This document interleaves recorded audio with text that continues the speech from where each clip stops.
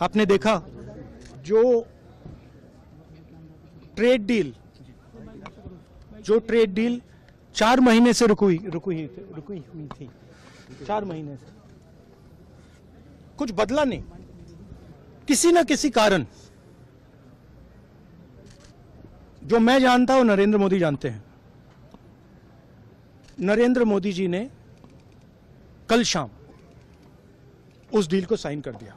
नरेंद्र मोदी जी पर प्रेशर है, भयंकर प्रेशर है, और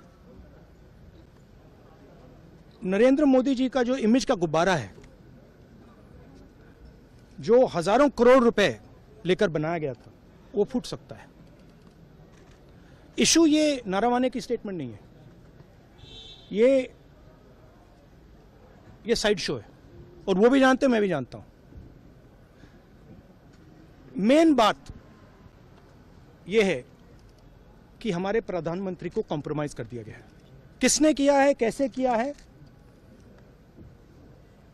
यह हिंदुस्तान की जनता को सोचना है। मगर इतिहास में पहली बार हिस्ट्री में एलओपी को प्रेसिडेंशियल एड्रेस में नहीं बोलने दिया है। बाहर बोल दीजिए, जो अंदर नहीं कहा दिया जा रहा है। वो तो ऑटोमेटिकली होगा।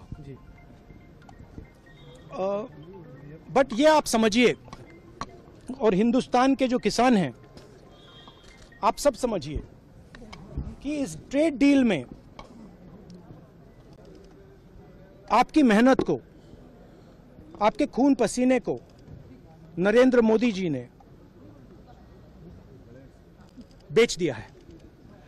और वो इसलिए बेचा है क्योंकि ये कॉम्प्रोमाइज्ड है। सिर्फ आपको नहीं बेचा है, देश को बेचा है। इसलिए मुझे वहां नहीं बोलने दे रहे। नरेंद्र मोदी जी डरे हुए हैं,